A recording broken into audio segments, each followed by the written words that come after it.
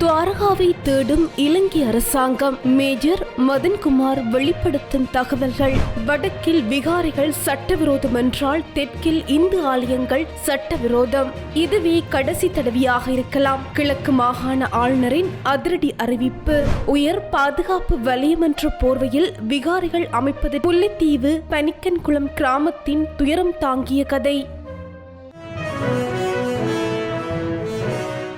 தமிழீழ விடுதலை புலிகளின் தலைவர் பிரபாகரனின் மனைவி மற்றும் மகள் எங்கே என்பது குறித்து இதுவரையில் தெரியவில்லை. காணாமல் போனோர் பட்டியலில் தான் அவர்கள் உள்ளனர் என ஓய்வு பெற்ற இந்திய ராணுவ அதிகாரி புவி அரசியல் ஆய்வாளர் மேஜர் மதன்குமார் தெரிவித்துள்ளார். இந்திய ஊடகம் ஒன்றுக்கு வழங்கிய செவ்வியில் அவர் இந்த விடயத்தை குறிப்பிட்டுள்ளார். இதன்போது தமிழீழ விடுதலை புலிகளின் தலைவர் பிரபாகரனின் மகள் துவாரகாவை தேடி இலங்கை உளவுத்துறையில் முக்கியமான அதிகாரி தலைமையில் ஒரு தேடுதல் நடவடிக்கை இலங்கை அரசாங்கத்தால் முன்னெடுக்கப்படுவது முக்கிய பத்திரிகை ஒன்றில் வெளியாயிருந்த கட்டுரை தொடர்பில் வினவப்பட்ட போதே அவர் இந்த விடயத்தை கூறியுள்ளார். மேஜர் மதன்குமார் மேலும் கூறுகையில், விடுதலை புலிகளின் தலைவர் உயிருடன் இருப்பதாக நெடுமாறன் ஒரு விடயத்தை முன்வைத்தார். இந்த நிலையில் இலங்கை ராணுவத்தில் பிரிகேடியர் தரத்தில் உள்ள அதிகாரி ஒருவர் பிரபாகரன் கொல்லப்பட்டார். அதே பொட்டம்மான் மற்றும் கருணா உறுதி செய்தனர். மரபணு பரிசோதனையும் நாம் எடுத்துள்ளோம். அந்த பரிசோதனையில் உயிரிழந்தது பிரபாகரன் தான் என உறுதி செய்யப்பட்டது என நெடுமாறனின் அறிவிப்புக்கு மறுப்பு செய்தியொன்றை விடுத்திருந்தார். ஆனால் பிரபாகரனின் மூத்த மகன் சார்ல்ஸ் கொல்லப்பட்டது தெரியும். இளைய மகன் பாலச்சந்திரன் கொல்லப்பட்டது தெரியும். எனினும் அவரது மனைவி மற்றும் மகள் எங்கே என்பது இதுவரை தெரியவில்லை. காணாமல் போனோர் பட்டியலில் தான் அவர்கள் உள்ளனர். எனவே அவர்கள் வாழ்வதற்கான சாத்தியம் இருக்கிறது. இப்படியான சூழலில் விடுதலை புலிகளுக்கு புத்துயிர் அளிப்பதற்கான சாத்தியம் இருப்பதாக ஏற்கனவே ஆராய்ந்துள்ளோம். இதற்கான சாத்தியம் இருக்கும் சந்தர்ப்பத்தில் இதனால் நேரடியாக பாதிக்கப்படுவதற்கு இலங்கையில் தற்போது ஆட்சியில் உள்ள அரசாங்கமே என சுட்டிக்காட்டியுள்ளார். மேலும் பிரபாகரனின் மகளை இலங்கை தேடுவதற்கு இன்னொரு நாட்டின் உளவுத்துறையின் ஒத்துழைப்பு அவசியம் என சுட்டிக்காட்டியுள்ளார்.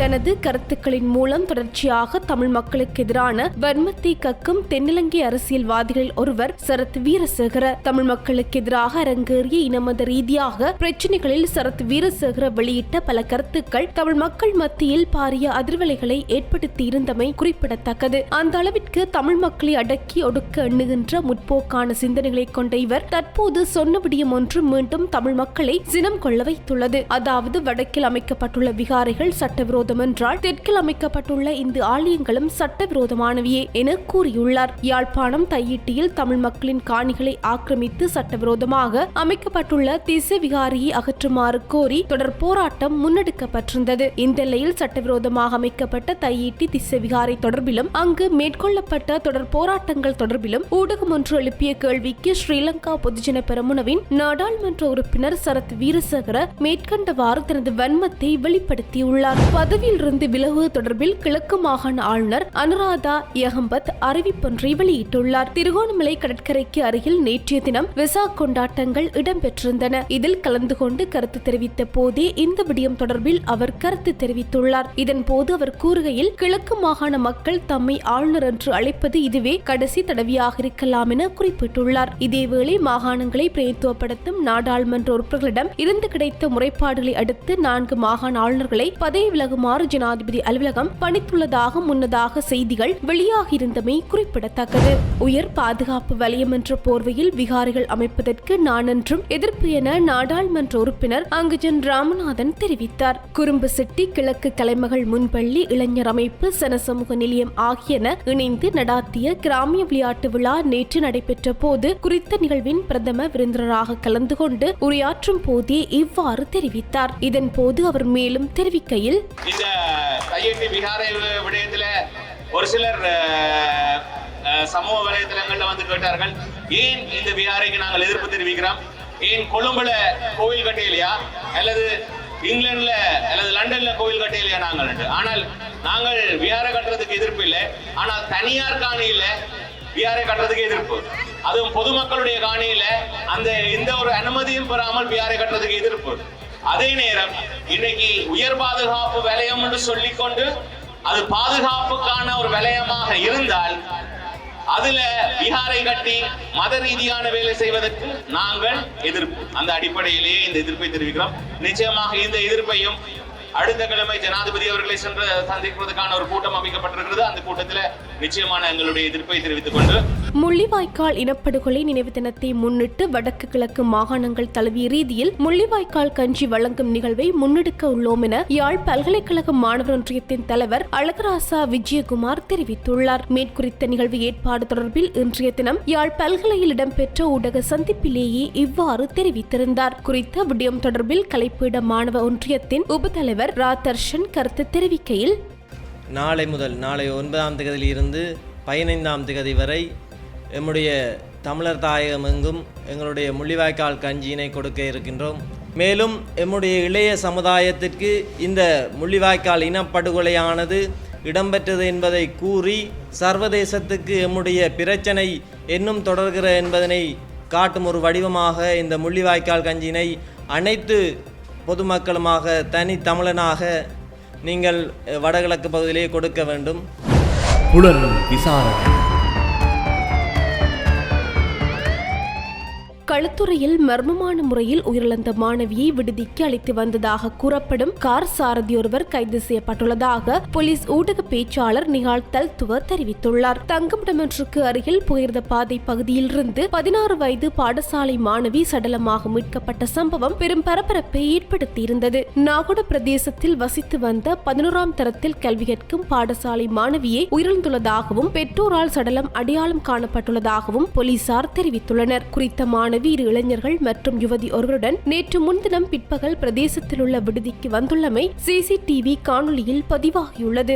2 அறைகளை முன்பதிவு செய்த போதும் ஒரே அறையிலிருந்து நால்வரும் மது அருந்தியதை ஹோட்டல் ஊழியர் ஒருவர் பார்த்ததாக கூறப்படுகிறது. இதன்போது இளம்பெண் ஒருவரும் மற்ற இளைஞனும் விடுதியை விட்டு வெளியேறியுள்ளதுடன் 20 நிமிடங்களுக்கு பின் மற்ற இளைஞனும் பதற்றத்துடன் வெளியேறியுள்ளதாக தெரிவிக்கப்படுகிறது. இந்த நிலையில் புகையிரத தண்டவாள பகுதியில் பெண்ணொருவர் கிடப்பதாக கிடைத்த தகவல் எடுத்து போலீசார் சம்பவ இடத்திற்கு சென்று சோதனையிட்டதில் குறித்த மாணவி ஏற்கனவே உயிரிழந்துள்ளமை தெரிய வந்துள்ளது. சம்பவம் தொடர்பில் மாணவியுடன் விடுதிக்கு வந்ததாக கூறப்படும் பெண் ஒருவரும் ஆண் ஒருவரும் கைது செய்யப்பட்டுள்ளதாகவும் மாணவியுடன் அறையில் தங்கியிருந்ததாக கூறப்படும் இளைஞன் தப்பி சென்றுள்ளதாகவும் போலீசார் தெரிவிக்கின்றனர். இந்த நிலையில் சம்பவம் தொடர்பில் விடுதிக்கு சென்ற ஆணொருவரும் பெண்ணும் கைது செய்யப்பட்டிருந்த நிலையில் கார் சாரதி கைது செய்யப்பட்டுள்ளார். இதேவேளை சடலம் பிரேத பரிசோதனைக்கு உட்படுத்தப்பட்டுள்ளதுடன் தப்பி சென்ற சந்தேக நபர் இரு திருமணம் முடித்துள்ளதாக வெளியாகும் தகவல்கள் உறுதிப்படுத்தப்படாதவை எனவும் நிகால் தல்துவ குறிப்பிட்டுள்ளார். இது தொடர்பிலான மேலதிக விசாரணைகளை போலீசார் முன்னெடுத்து வருகின்றமை குறிப்பிடத்தக்கது. அறிக்கை. சமூக பிரச்சனைகளின் தேடல். வடக்கையும் தெற்கையும் இணைக்கும் ஏனை நெடுஞ்சாலை அருகில் உள்ள முல்லைத்தீவு பனிக்கன்குளம் கிராமத்தின் சாலை அருகே இருபுறமும் விறகு விற்கும் பலரின் வாழ்க்கை பெரும் துன்பங்களையும் துயரங்களையும் தாங்கியதாகவே உள்ளது. இதில் பல குடும்பங்கள் சொந்த வீடின்றி தொழிலின்றி அன்றாட உணவுக்கு அவலப்படும் நாட்களே அதிகம். அவர்கள் வாழும் வீடுகளும் ஏற்கனவே வசதி வாய்ப்புகளுடன் வாழும் அரசு அதிகாரிகளுக்கு சொந்தமானதாகும். முல்லைத்தீவு மாவட்டத்தின் ஒட்டி சுட்டான் பிரதேச செயலாளர் பிரிவுக்குட்பட்ட பனிக்கன்குளம் கிராம பிரிவில் அரசு அதிகாரிகளுக்கு வழங்கப்பட்ட வீட்டு திட்டங்கள் கடந்த 11 வருடங்கள் கடந்தும் பயன்பாடற்ற நிலையில் இருந்து வருகின்றன. நாங்கள் இப்போ 10 வருஷமாக ஒரு வீட்டில் இருக்கிறோம். எங்களுக்கு வீட்டு திட்டம் ஒன்றுமே வரவும் இல்லை. எங்களுக்கு உதவிகளும் எந்த ஒரு உதவிகளும் இல்லை. நாங்களும் ஒரு வருத்தக்கார பிள்ளையும் வச்சுருக்கோம். நானும் ஒரு வருத்தக்கார ஆள். எனக்கு நான் விரவதைகள் கொத்தி தான் நானும் சேவிக்கிறேன். ஏன்னா ஜிஎஸ் ஆக்கள்கிட்டையும் போய் கேட்டால் வீட்டு திட்டம் தாராங்களும் இல்லை. இது 50 வீடுகள் கிடக்கு. 50 வீட்லேயும் ஒரு தரம் இருக்கிறாங்களும் இல்லை வந்து. ஆனால் காணிகளை வந்து பிக்கோ அதுகளை போட்டு உழுதுட்டு போகிறாங்க. இது அந்த காலத்தில் காடுகளை துப்புராக்கி ஒரு அரசாங்க ஊழியருக்கு 1/2 ஏக்கர் காணி திட்டம் கொடுத்ததாம். அவையில் அந்த காலத்தில் 90ஆம் ஆண்டு நேரத்தில் கொடுத்துருக்காங்க. அப்போக்கெல்லாம் சீமெந்திகள் மலிவான விலைகள். அப்போக்கே அவையல் வீடுகளை கட்டி இப்போ வீடெல்லாம் சும்மா தான் கிடக்கு. பனிக்கன்குளம் கிராமத்தில் நாங்கள் வந்து கூலி வேலை தான் செய்துருக்கிறோம். புறா கொத்துறது, தடிகளை தரைக்கிறது, கொள்வது எல்லாம் அந்த வேலையெல்லாம் நாங்கள் செய்தோம். எங்களுக்கு எந்த ஒரு அரசாங்க ஜொப்பும் இல்லை, எந்த ஒரு வேலையும் எங்களுக்கு இல்லை. நாங்களாம் தான் கூலி வேலை செய்து தான் நாங்கள் இன்னொரு சாப்பாட்டு வேணாலும் பிள்ளைங்கள படிப்பிச்சில் வேண்டாலும் சரி நாங்கள் அதை செய்து கொண்டு இருக்கிறோம்.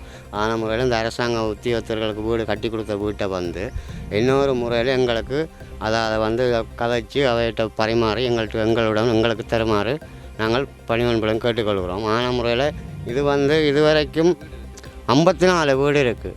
அதாவது வந்து 34 குடும்பம் வீடு காணிகள் வீடு வளவு இல்லாத ஆக்கள் மனுஷன் இழந்த ஆக்கள் எத்தனை பேர் இருக்கணும். அவைக்கெல்லாம் இந்த காணிகள் ஒன்றும் இல்லை.